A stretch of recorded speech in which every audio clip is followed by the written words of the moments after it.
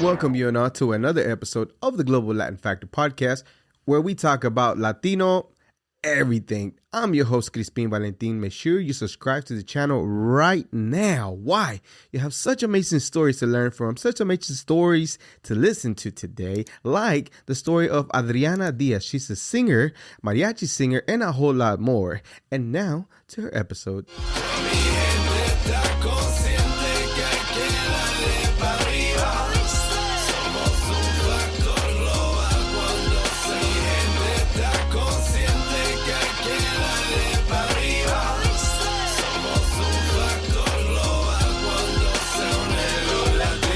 Adrianna, hola. How you doing? Hello, I'm good. How are you? Thank you so much for joining us. Omar at the Cabo Bar Forward told me about you.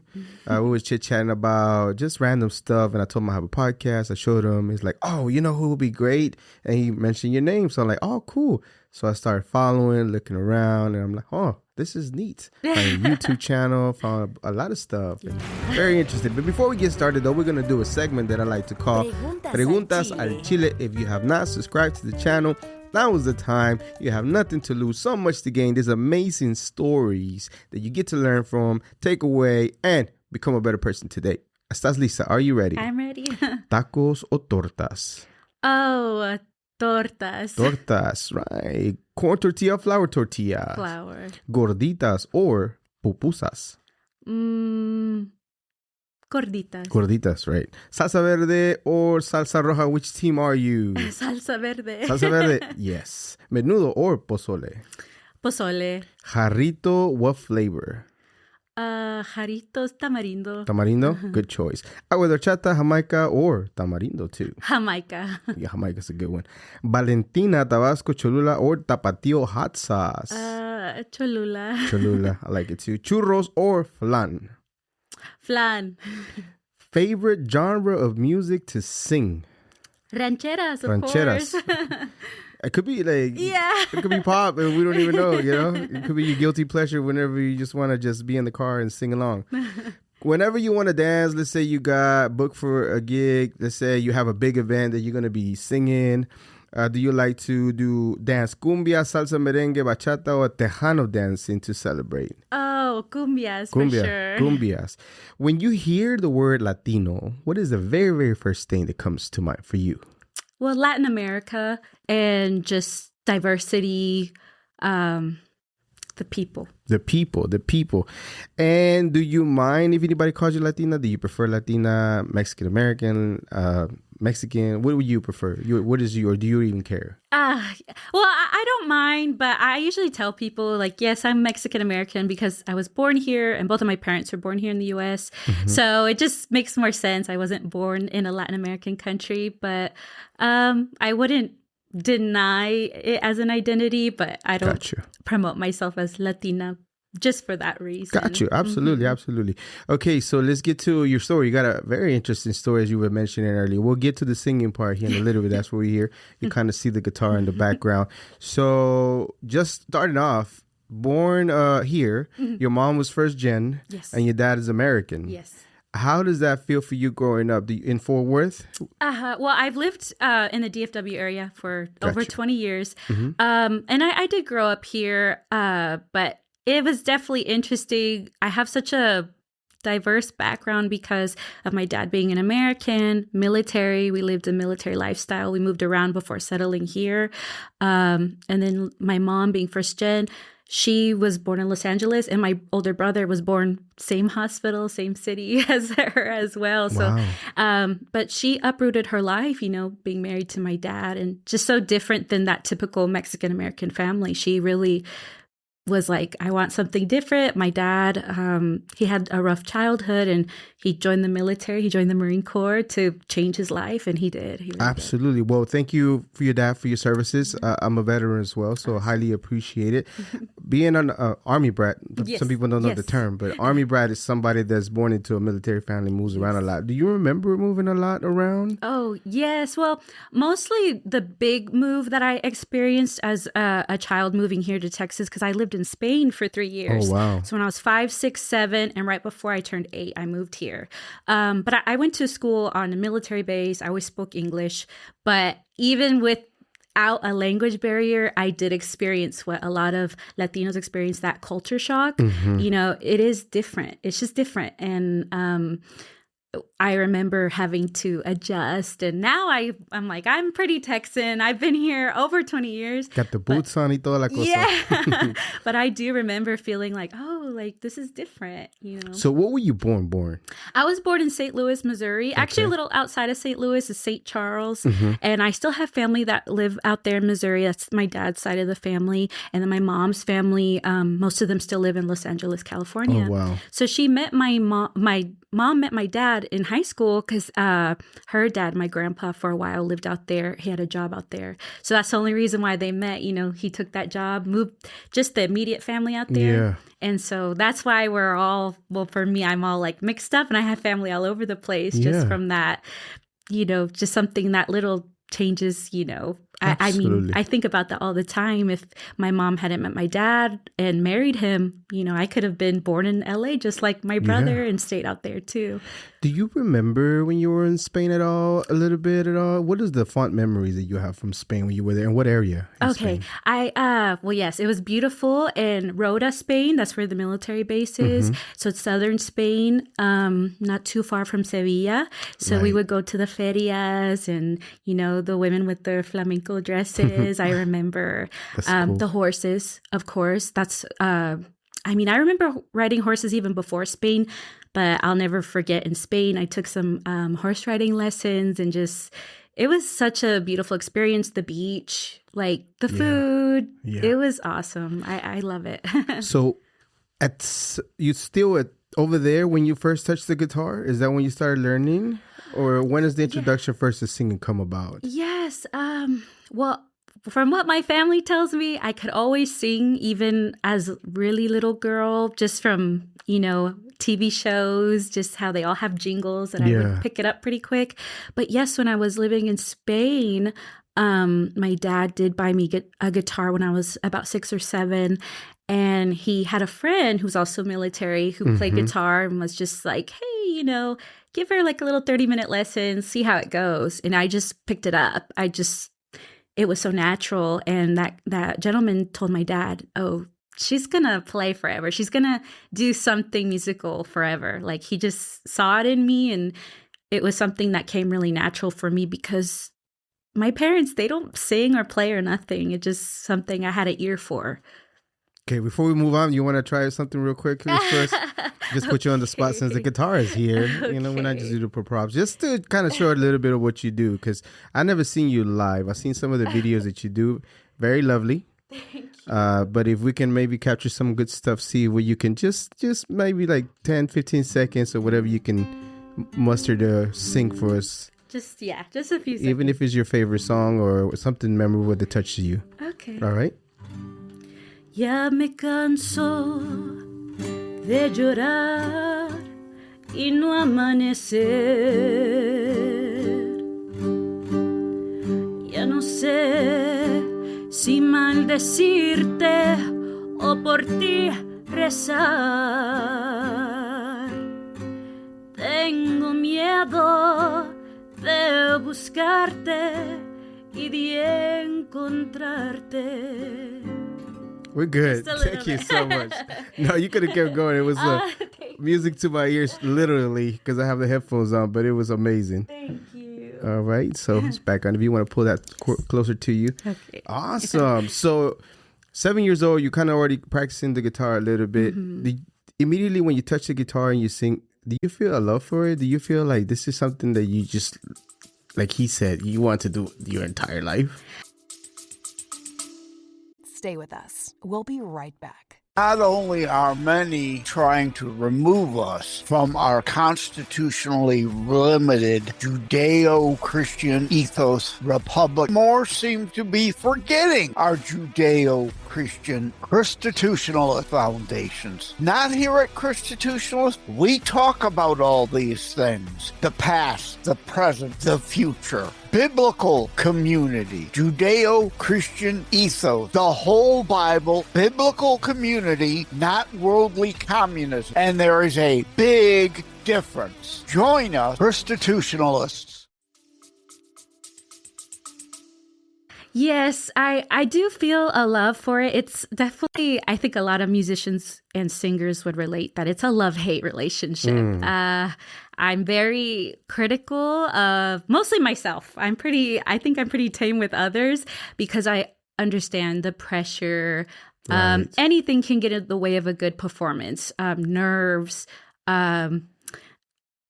technology. Some mics are more forgiving than others. Sometimes you don't have a mic, just all those things. So I'm pretty good about keeping those things in perspective, especially with other performers, young performers. But for myself, I always had that love for it because I enjoy it, but I push myself. I'm very critical. Like I want to be better always. When did you learn the important lesson that every performer learns, that the show must go on, even when everything is going bad? I mean, just from experience, I mean, there was times when I remember specifically when I was like 12, my dad would take me to open mic nights, just do what you practice, do what you know. And there'd be songs that I struggle with, my hands were little and so I would struggle and maybe I would mess up, but just keep going. And I remember sometimes I would get off stage or get home. I'd be mad. I'd be like, why'd you make me do that? But he's like, hey, even the best, Beyonce, Madonna, they've fallen. They keep going. And I learned that so young. So I'm really good about from that experience. And then just from having that understanding that things are going to happen, keep going. And that's better for the audience. The audience wants to see you succeed. So if you fall and get back up, it's even better than if you just had done it perfectly. Has it happened to you before? No falling, but maybe little errors or problems with microphones where, it screeches or it kind of sounds like it turns off for a half second. And you just keep going, because you'll hear it. But you just got to know, just keep going, stay calm, and people are going to appreciate that. Is there any line that you go to usually to try to kind of sort of calm things down whenever things are going bad? Oh, people say technical difficulties or whatever. But is there any particular something you use that kind of keep humor at all? I luckily haven't had anything so bad where Good. I've had to address the audience and be like, hey, luckily it's just kind of like a little bump in the road. You just keep going. And then Awesome. later on, someone will be like, hey, was something going on? I'm like, yes, but I was hoping you didn't notice, but it happens. That's cool. Okay, so now, when did you get to the U.S.? And then that's when you started doing open mics here? Yes. Okay. When I moved here, so I was about to turn 8. Texas, specifically the DFW Texas, area? yes. Okay. Because there's the military base in Grand Prairie. So, but we were living in Grapevine.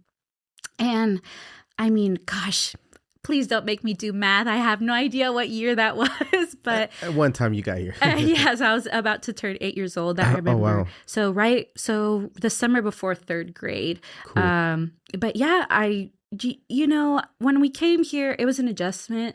So if I was singing and practicing at 8, 9 years old, it was just, kind of in my spare time. But once I hit a little older, that's when my dad wasn't working quite so much because he was gone for a while too. You know how that goes. He was a lifer, he was active duty, so he'd be home, he'd be gone. But right when I hit that 11, 12, 13, I had really honed in, and my dad really pushed me. He was like, you have to keep going. You have to practice. Even when I didn't want to. I don't know if you've seen the Selena movie. There's a part where even they touch on that. The kids are like, we want to go play. He goes, 15 minutes. It was the same thing. It's like, I don't know. Like, yeah, you love it, but you don't take it so serious at that age. It wasn't until I got older where I had that discipline to take it more serious. What songs were you practicing at that time? Because during that time, you were still just doing mainly English songs, correct? Yes. I really liked Sheryl Crow and another Texan, Miranda Lambert. I liked Stevie Nicks. So I did all sorts of different old school stuff, from my parents, and just female artists that I liked, Jewel. So I would just pick songs, and my dad would too. Hey, just try this, see how it sounds.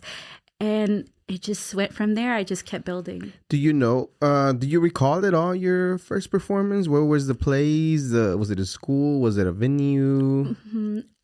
The one that comes to mind when I was here, I think I was in 3rd or 4th grade. So I had just gotten here, and I did do a Sheryl Crow song for the talent show. And that kind of helped me, fit in more with my peers because they were, hey, oh my gosh, even the teachers would be like, you did so good. We had no idea you could sing and play. And I'm sure my parents have a video of that somewhere still, but just a tiny little girl. But I had that push, luckily, to take it serious and sing and play at the same time, which, there's tons of kids out there with talent, but it's not always so common. So I don't know. I don't think I was nervous back then. I think I'm more nervous now than when I was a kid. Yes. That's neat. Okay, so you did say earlier that it was a culture shock. Did that kind of sort of help, knowing that you kind of sing, how you the new kid on school and they're kind of looking you, at least in your perspective, you feel like you're the strange person? Yes, I think it definitely did help because people recognize that, oh, I know her. Oh, she's the one that sings, kind of gave me a little place here because, it was a culture shock. I mean, I'm sure other people understand this. In Spain and other countries, it's very, hola, ¿cómo estás? They shake your hand, they hug you, they kiss you.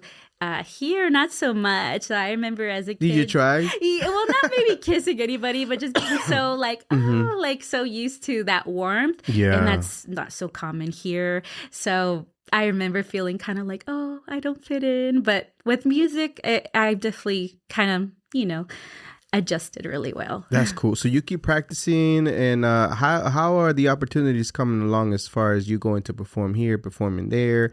And when was it that you actually got booked for something to do? Do you remember that? Well, for like national anthems, which those are a big deal.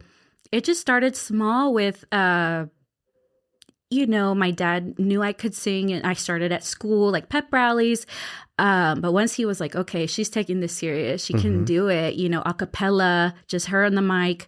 I met, this awesome family, the Bussy family that I think you saw on my social media, that they own XKO, the fight promotions. Absolutely. At the time, they were based in Arlington, and they had this warehouse gym, and they did wrestling at the time too, and some MMA. And through my dad, they had told, I'm not sure how it came about, but they mentioned that, oh yeah, we would love to have a national anthem singer. And my dad was like, hey, my daughter's really young, but she's got it. Like, she can do it. Have faith in her, have her come audition. And that's what I did. And they were like, you're booked. Wow. So do you remember your first event with them at the warehouse? Because I know they taking you on the road in different places, right? Different venues. But do you remember the first one? Maybe not the very first one, but I do remember being young and being nervous, but that it went really well. I remember the location. But maybe not the very first one, but I do remember some of those first events. And that's cool. Being there. Take me back to the feeling of how did you feel to be able to be in front of people? You're having first of all, it's a difficult song to make sure that you get it done correctly, because not a lot of people do it right. Yes. I would always be nervous. I still get nervous to this day. It's something, from a military family, not just my dad. My brother was in the military. I have cousins that served. So I am singing from my heart. I have a lot of love for my family and for my country, of course. So I always took it serious. And I think for me, though, I took comfort in that the lights are bright. You really can't see the audience. So I'm just like, up there, I'm like, okay, just sing to the lights, because you can't really see the people. Right. And it just got me through that, the practice, just trusting myself that I've prepared, I've practiced, and you don't got to look anybody in the eyes. Just sing to the camera, sing to the lights, and it all goes well. Yeah, because this is not new for you. The spotlight and being in the lights and in front of people. We only have Brie and myself here today, but normally you're like in front of people, right? Yes. Tell me some of the most memorable venues that you would perform, whether it be the national anthem or just in general performing. Oh, yeah. Well, definitely with XKO, that they do events at Texas Live. That's always a great energy. Man. I seen something about Billy Bob's. Yes. I don't know if it was one of those events too. Yes, as well. Because they go all over the DFW area and Midland as well. So, yes, Billy Bob's was a great experience. I've performed so much that it's really hard to narrow it down. But I've done some amazing shows with mariachi too, where we've had the folklóricos, and those have been amazing. I've been in Oklahoma and done shows like that as well. So each performance is special, but I do have that love for doing the national anthem because it's like the pressure's on. Yeah. And I think I like it. Even though it scares me, it gives me a little anxiety. It gives me a lot of that adrenaline rush as well. Yeah, the pressure's on for the national anthem because it's a big pressure, but there's also a lot of pressure for doing the mariachi, right? Yes. So where's the pivot? Of course, you have that you can do the national anthems, you can do covers, you know, you got roots there, Mexicano. Mm-hmm. So when did you start pivoting to where like maybe mariachi could be something that I can try to do? Or maybe, I don't know if you were fluent in Spanish at that time or not, but when did you decide to want to do mariachi?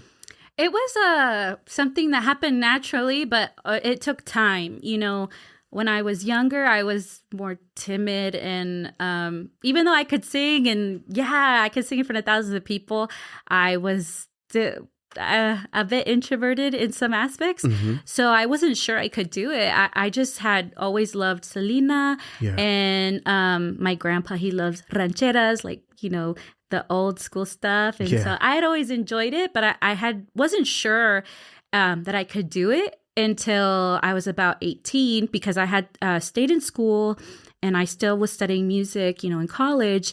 And my voice just from 16 to 18, that's when I had this like epiphany. Like it was just growing, and I had teachers, luckily, that told me, no, you can sing even higher than you think. And I just kept going. And so I was like, wow, my range grew. And so that 16 to 18 age, for me was like, wow, all this growth.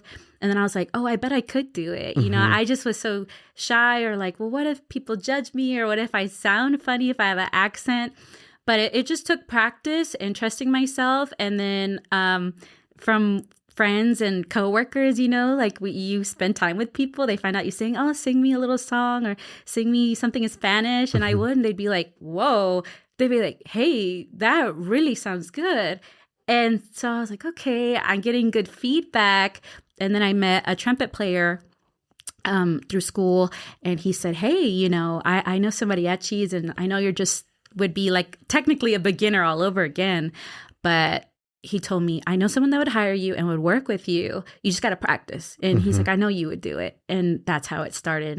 And I was late in the game. I don't think I started singing officially with mariachis till I was 23. Wow. So that's late for most mariachis. Absolutely. I mean, but you got the voice. So you come in any moment you want to start doing your thing. Okay, take me to the first. Did you have to go practice with that mariachi group? You remember what the first group was, or is it still currently the same group? Oh, yeah, it was some group. It was just, you know, some older gentlemen, like, you know, they just did it for fun mostly. And luckily, I didn't have to necessarily practice with them. They wouldn't like meet up. They would just say, hey, like, tell us what you know. And then he sent me a list and was like, hey, practice these ones. You know, me, I always like to be prepared. So I just took that time. And so that would be it. We'd be at the gig and it's like go time. You know, I didn't get that like, oh, like, I'm not sure of myself. I just prepared myself the best I could. Yeah. And from my experience of, like we talked about earlier, being a kid, the show must go on. It just pushed me, I think, to learn a little quicker than maybe someone else with less experience would have been able to. Some of the mariachis either play at a restaurant or play in gigs, weddings, quinceañeras. Yeah. What was the first event that y'all went to with that group? I think with that group in particular, it was just like private parties, little birthday parties. It was just a simple group just for fun. Some of the bigger groups and the group I'm with this year, they do, of course, the weddings, the quinceañeras, and I know they've done some stage work as well. So. And what's the name of the group that you're currently with now? Yes, Mariachi Arraigo. Arraigo? De Dallas, yes. De Dallas. So how did they find you? Just seeing you on social, because you have some videos on YouTube you did about 4 years ago. They still live there. And you were doing some different stuff. Yes. Not mariachi, but you were doing some with the guitar. Yes. So how did y'all find each other? Yes, through social media. And I think word of mouth is always the main way musicians find each other because, like I mentioned earlier, videos can only show you so much. When you hear it in person, you're like, okay, yes. Or you could be like, no. It could go either way. And he invited me just a few weeks ago. And I was like, okay, you know, I know this group is really serious. They practice a lot. They're a bigger group, and they're very, they have a foundation here in Dallas. And so I just did, my thing. I'm like, okay, they're either going to like me or no. And they said, yes, okay, you're what we're looking for. Oh, nice. With singing wise, of course, yes, I do play guitar, but I always tell people I'm not a mariachi, I'm a singer, because mariachis really are, if you're really proficient in your instrument and can sing. And for me, I'm really proficient in singing, and I play too, to support my voice. Mm-hmm. But for me, my bread and butter is singing. That's my main focus. Yeah. What was the first gig you done with them? Have you already done an actual official gig with them? Yes, we started in December. December is the busy time for mariachis. Yeah. So they just said, hey, come out this Saturday. Let's see how it goes. And it went really well, every gig that we did. And then audience members, they're looking for female singers. I see that all the time. It's always good if you have a group to have at least one female that can sing, because some of the biggest hits are sang by women. So unless, the guys can do it, but I think having a strong female voice is always a positive. What was the first gig y'all did? Because during that December could be all different stuff. La Virgen got stuff, the Navidad, Posadas. I think with them, I was helping some other groups because I'm always busy for Dia de la Virgen. So on that week, everyone's helping everybody because there's so much work. There's really not enough mariachis, I think, for the amount of work there is for that day or even for that week. So you'll see that's how word of mouth happens. This person knows this instrument. This person knows these songs. But so they start putting each other together in groups? Who's available, because it's just there's so much work. And then, for me, I'm like, hey, I can sing, but I need at least 4 to 5 hours of sleep. Some mariachis, they don't need to sleep. They'll stay up all night. They'll gig for 24 hours straight. Me, I'm like, I'll do about 12 hours, and then I'm going to, 12 hours is a lot. Singing, it takes your whole body to It sing. Happens, yes. Wow. There's so much work. So with this group, though, it was after December 12th, so I think it was for birthdays. They were private parties mostly. So that's why it's easy for them, or for mariachis in general, to invite people and kind of test out, because it's not like, oh, we're going to be on this big stage and we're going to do all this repertoire. Hopefully you know it. No, we don't do that to each other. It's, hey, we have these gigs, and a lot of the songs that you end up doing, the audience asks. It's really up to the audience. They'll call out what they want to hear. The more repertoire you know, the better. You make yourself look good. Like, hey, I can play any song these people are calling right now. Yeah. And that's usually how you get the work that you get. So how extensive is your repertoire these days for mariachi? I feel like I have a lot to learn still, but I do know a lot of songs. Mm-hmm. Of course, being a singer, it happens, from listening. And sometimes there'll be songs that just from me practicing on my own, or just from listening, that I'm like, you know what? I know how the melody goes. And even though it's not always the best thing to do, but I'm like, as long as you could pull up the lyrics and they want to hear it, I can do that on the spot. But I do prefer to sing from memory. So I do have a good repertoire. I gotta know at least 40 songs, I think. I would like to say I know 50, but I'm not sure. That's cool. And then a lot of people be using the phone these days with the lyrics and stuff. So that's like a tool. Yes. Until you finally learn it. Yes, it helps, because no one, no matter how long you've been a musician in any genre, is going to know every song by heart. So technology, it just helps get the show that the show must go on. Yeah. And it just helps connect with your audience, because sometimes the audience knows and picks songs on purpose that are difficult or that you probably won't know. But if you're able to pull it off. That'd be me. Yes. Comes with a good tip, but that's going to be me. Yes, sometimes they like to mess with us. But if you're able to pull it off, it makes it more fun for them. Like, oh, let's give them a challenge. And if you're like, okay, it's not going to be perfect, but we're going to be able to pull it off, it's enjoyable for everybody. Yeah. Do you ever sing and you kind of sort of see the reaction of people and like, oh, she's kind of good? Yes. I tell people this all the time. If I wasn't at least decent at this, I like to think that I'm good at singing, but I was like, if I wasn't at least even decent at this, I would not waste my time. Really, because it's hard work.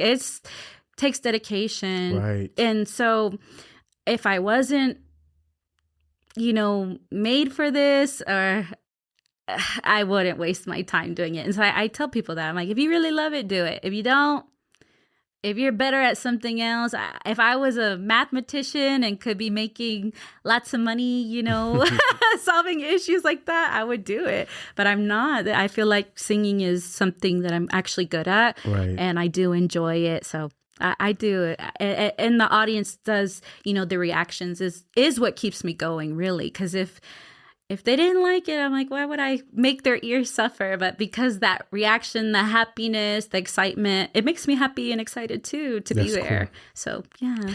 So I'm surprised they're short in here in the DFW Mariachi. Well, there's everybody in the mountain part celebrated, but there's like schools and now they have mariachi programs and all kinds of stuff, folklorico, you name it. It has a lot of us. I don't know if when you grew up you had that, but apparently I seen like Fort Worth has a few groups and things like that all over the DFW. You have groups of mariachi.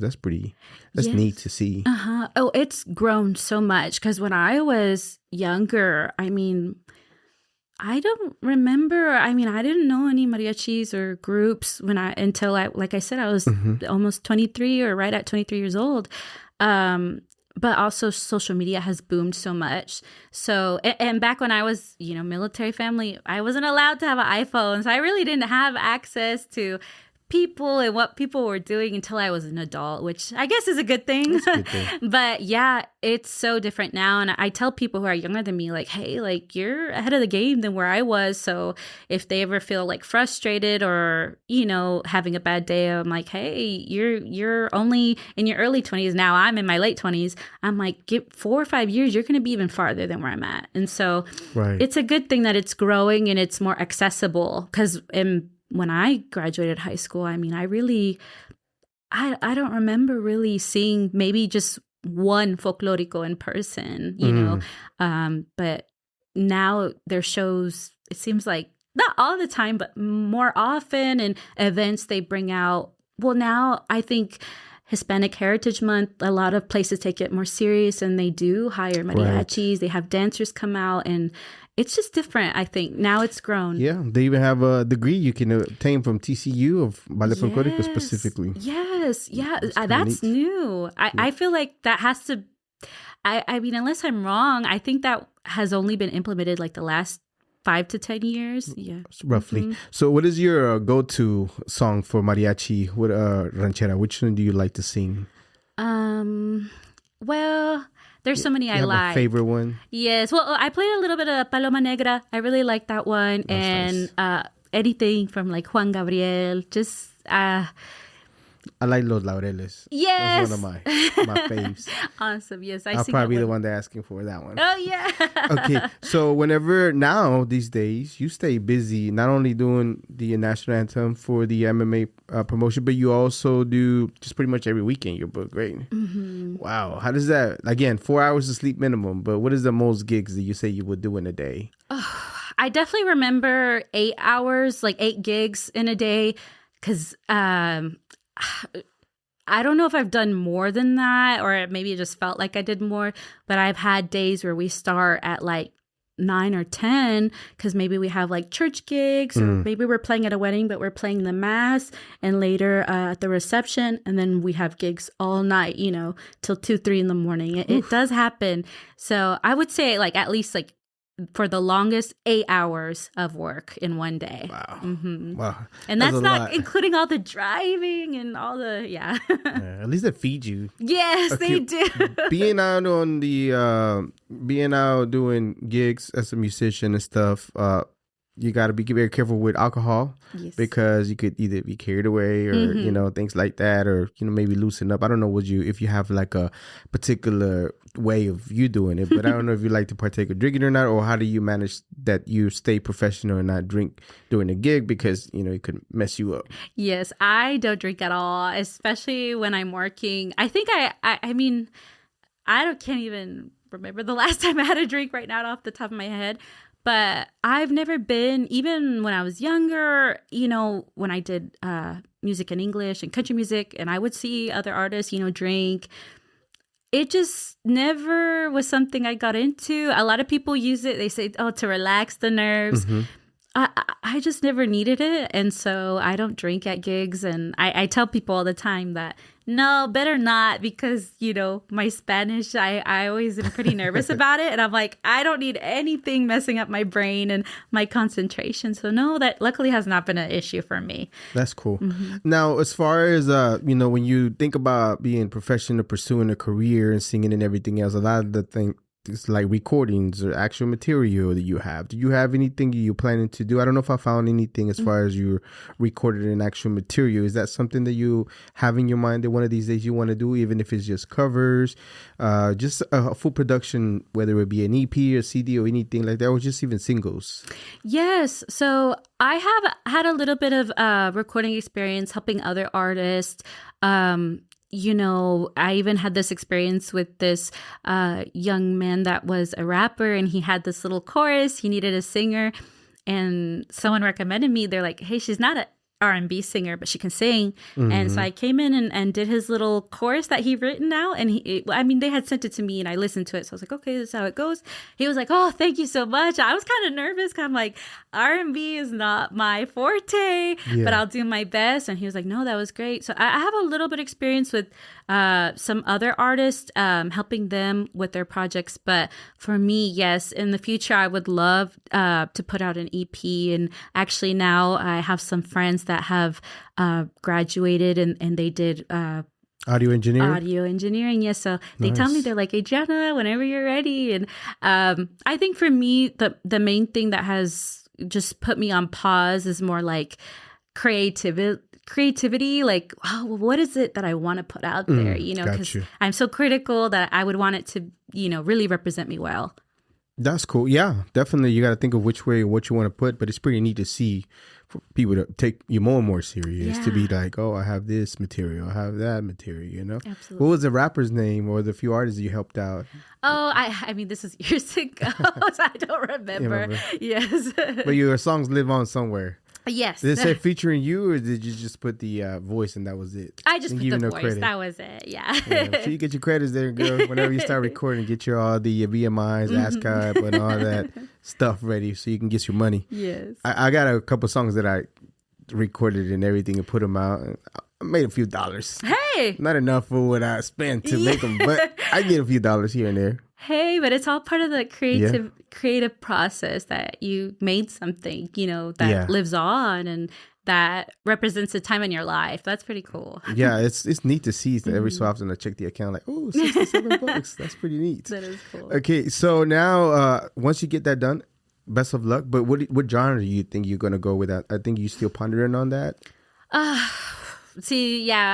mean, obviously, if I did like an EP, I would do a few songs. I would definitely have to do at least one in English. I think I would focus more in Spanish. I mean, I think that's the genre I have more passion for.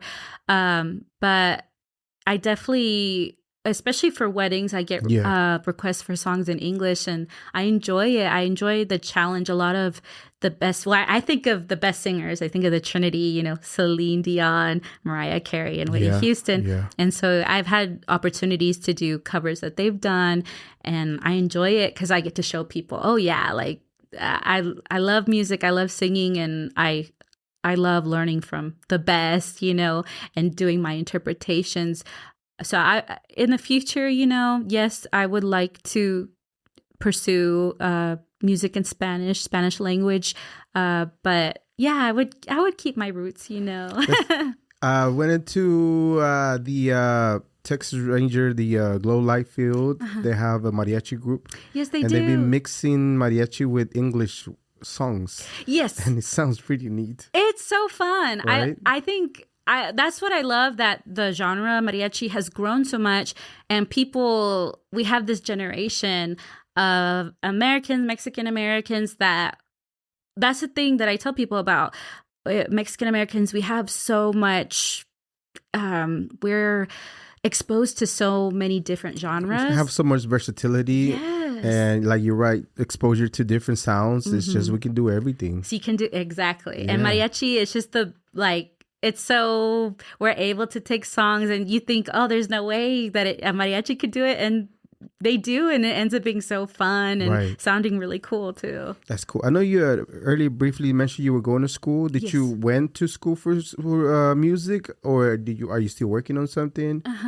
I when I was younger, yes, I was going. I thought, okay, I'll just be like a music major, but it was actually an adjustment because when I was already in high school, I was already working, so I had kind of stopped doing choir. I wasn't really involved in music at my school, but in college, I was like, okay, I need to get back to it, and I did go for over a year, but then I told myself, oh, I don't want to be a teacher because that was the Right. main degree plan. So I had taken a break, and that's how just luckily things fell into place, and I did still find mariachi. But now if you like mariachi music, there's colleges that offer, they have either groups that are technically just a club, or there are colleges in South Texas where it's a program. That's And you awesome. get your degree. So if I had known that back then, I would have definitely done that. But here in North Texas, it wasn't back in the 2010s. It wasn't available to me at the time. Yeah. Maybe for other people, they knew about the programs, but I didn't. And now I'm happy that for younger people that they have the opportunity. Absolutely. Yeah, no, it's 15 years came a long way to have more opportunities for you to grow your craft if you Yes. desire. That's pretty cool. I like whenever, because I MC sometimes events too, like weddings and stuff like that. And I be watching the mariachis work, and it's so funny how they just be having their side conversation about whatever as they're playing. Yes. And then there's person singing, and they come back and say something. I just have like full-blown conversations as everything's happening. I'm like, am I tripping, or am I watching them do this whole thing? For all you know, they're having an argument back there.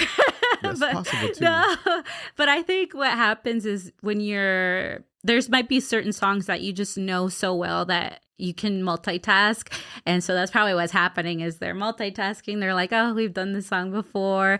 Or sometimes they're talking about, okay, what's the next song? Or, hey, for this one, I want this. And I've seen it too. It's kind of funny.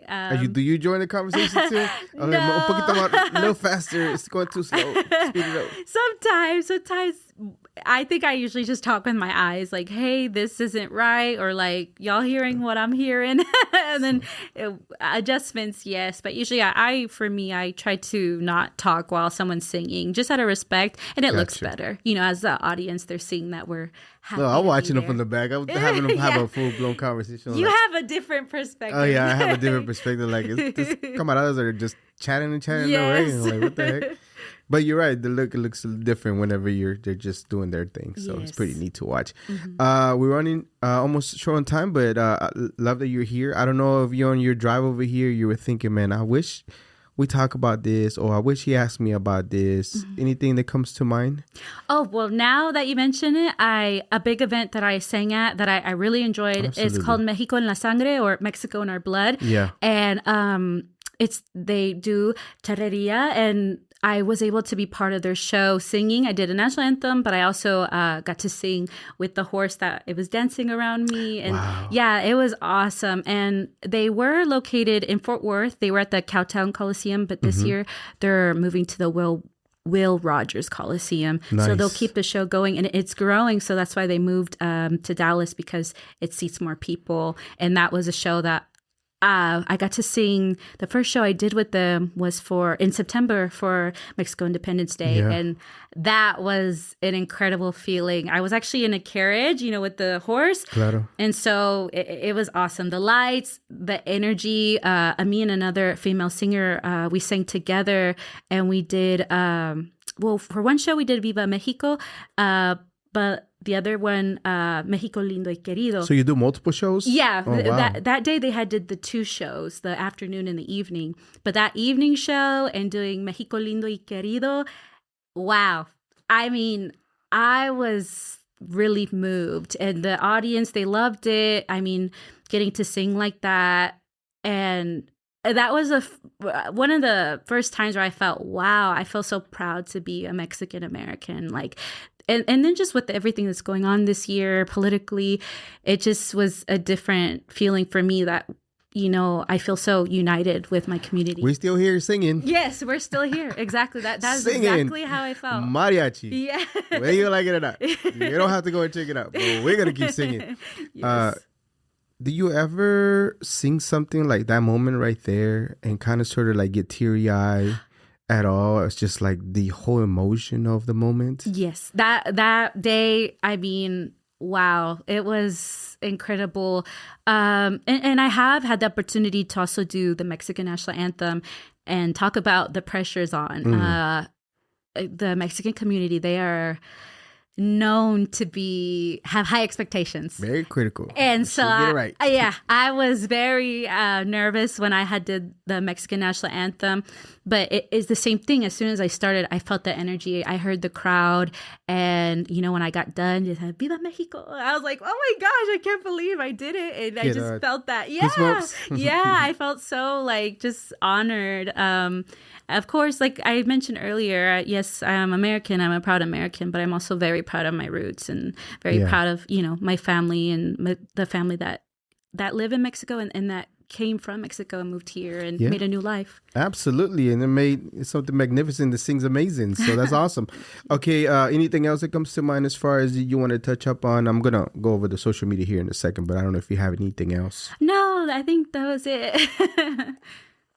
Shout out to the friend Omar for letting me know. Didn't even tell me you was a fighter back in the days, but that's pretty cool. He seemed pretty chill, and we just chit chat. And again, recommended me. I'm like, oh yeah, she's gonna have to be on the podcast one time or another. So to be only the second time podcast, this is a real life deal that you've been before, but you've been in a podcast, so that's pretty cool. Yes.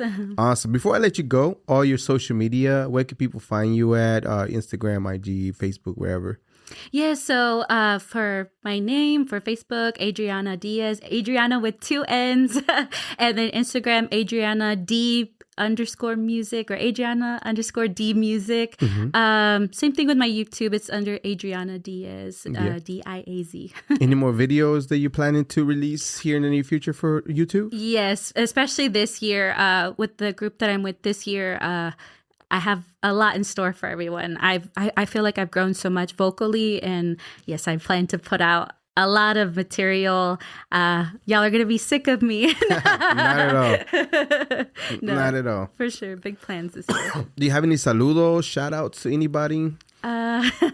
Well, shout out to the Mexico in Our Blood team. Cassie Lopez, thank you so much for inviting me to be part of such an amazing show. XKO, the Bussy family, they're amazing, and they've had me part of their show over 10 years. Oh, wow. And sí, Mariachi Arraigo de Dallas. Yeah, claro que sí. Sí, señor. Every time I say the mariachi name, sí, señor. Yes. That's pretty cool. So what is an important lesson that you learned doing music that you would tell your younger self that would help somebody else out? What would that be? Oh, just keep going. Never quit. I mean, there was times where I've thought, you know what, this isn't for me. And another opportunity was right around the corner. And it helped me just keep going down that path.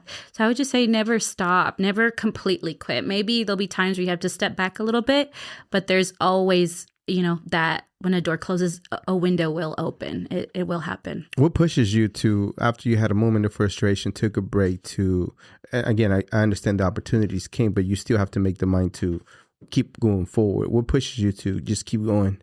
I think whenever I have to take a step back, I'll listen to different genres of music, and it helps me get that excitement again, hearing a beautiful voice or hearing something challenging where I listen to it and I go, I bet I could do that. And it ignites that fire again, staying curious, staying open to those new genres, new opportunities to learn, new skills. Just always pushing forward, even if you have to take a step back for a little bit.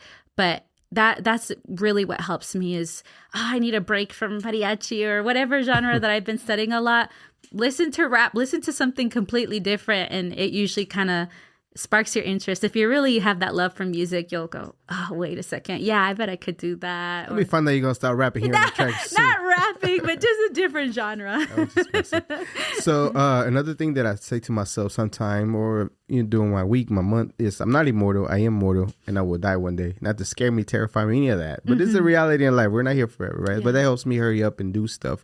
With that, I wish you a very long, prosperous life. After everything's said and done, what do you want people to think and feel about your life? About my life? You're still a baby, by the way. I know. I guess what I can say is that for me, my life, what's most important to me is that my family history that my grandparents, my parents, they set me up to go farther. They really both, generations pushed and fought so much for their lives to be better so that I could have the opportunities that I have. And I take that very serious. And so I really do put that pressure on myself that I want to do and be the best that I can be, because not just for myself, but for, my family and those who came before me and gave me those opportunities, that I'm here and that I can sing and that I can go to school and things like that. Because I did end up going back to school, and I have my associates, but I want to go get my bachelor's. And absolutely. Yeah, my family, they're like, oh, thank goodness, because they were a little worried, like, oh, education's so important. And I had to take a break in order to really go, I want it for myself, not just for me, but for my family. That's awesome. Oh, absolutely. Do you think singing for you is a calling of yours as far as the first time you touched the guitar to currently? Yes, I would say, well, for me it is. I have to say it is, because like I said, there's times where I've been like, you know what, I'm not that good. And then, I hear someone really awesome and I'm like, oh, I either want to challenge myself to be more like them, or I hear someone else where I'm like, I sing just as good or even better. And they're out there putting themselves out there. I'm like, I got to do it too, Yeah. Just to make my little mark on the world that I was here and that I had a gift too. And everyone has a gift and everyone should share their gift. That, a lot of people, when you're in a moment of frustration, I don't owe anyone anything. But no, really, you actually owe us all. We need to see your gifts. Whatever your gift is, you should share it with the world for sure. Absolutely. Again, Adrianna, thank you so much for being here, taking the time. You came all the way from Fort Worth. It's a little drive. I always say it, y'all really don't understand the freaking traffic unless you're actually here and driving around and getting here. So truly appreciate it. One thing about you that I really like is not only that, coming from another place to learning the culture, to be able to even want to learn how the culture, the music, and how I sing it, and then be proud of the roots of the reason why you're here is because other people may sacrifice for you to be here is amazing. And without a shadow of a doubt, Adrianna, you are a Global Latin Factor. Thank you so much for being here. Thank you so much. This was another episode of the Global Latin Factor podcast. Remember to subscribe right now. Why? You have nothing to lose. So much to gain. Amazing stories for you to take with you. And remember, we are just like you. We are people. We are the spice and flavor in this melting pot that it is the world. Till next time.